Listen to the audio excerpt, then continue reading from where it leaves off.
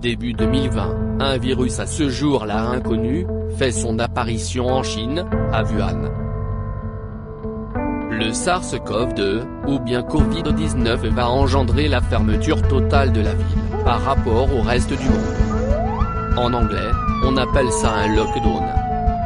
Malgré ça, le virus va tout de même rapidement se propager à toute la surface du globe.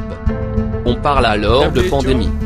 Has been assessing this outbreak around the clock, and we're deeply concerned both by the alarming levels of spread and severity and by the alarming levels of inaction. We have therefore made the assessment that COVID-19 can be characterized as a pandemic. Nous avons proposé ce matin d'interdire les enseignements avec présence des élèves dans les écoles. Ça ne veut pas dire que nous poussons à la fermeture complète des écoles, mais que nous souhaitons éviter encore une fois, avec des raisons de santé publique, que les élèves se trouvent ensemble au même endroit. 2 novembre 2020. Les HUG sont quasiment arrivés à saturation. L'État de Genève décide alors de reconfiner sa population pour couper la croissance des cas. Enfin, ça c'est en théorie, car en pratique c'est un tout autre visage qui se dévoile. Pharmacies, fleuristes ainsi que les libraires resteront ouverts.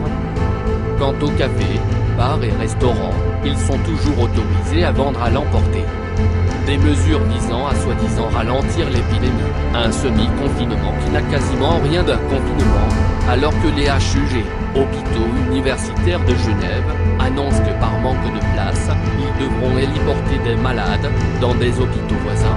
Mais malgré cela, une mesure fait tâche, le maintien de l'ouverture des écoles fait polémique, mais il y a une raison à ça.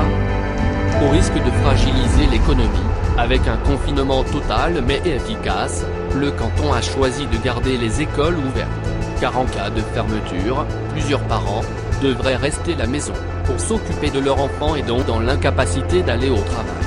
Mais malgré cela, une question se pose: devrions-nous vraiment faire passer l'économie avant la maladie ?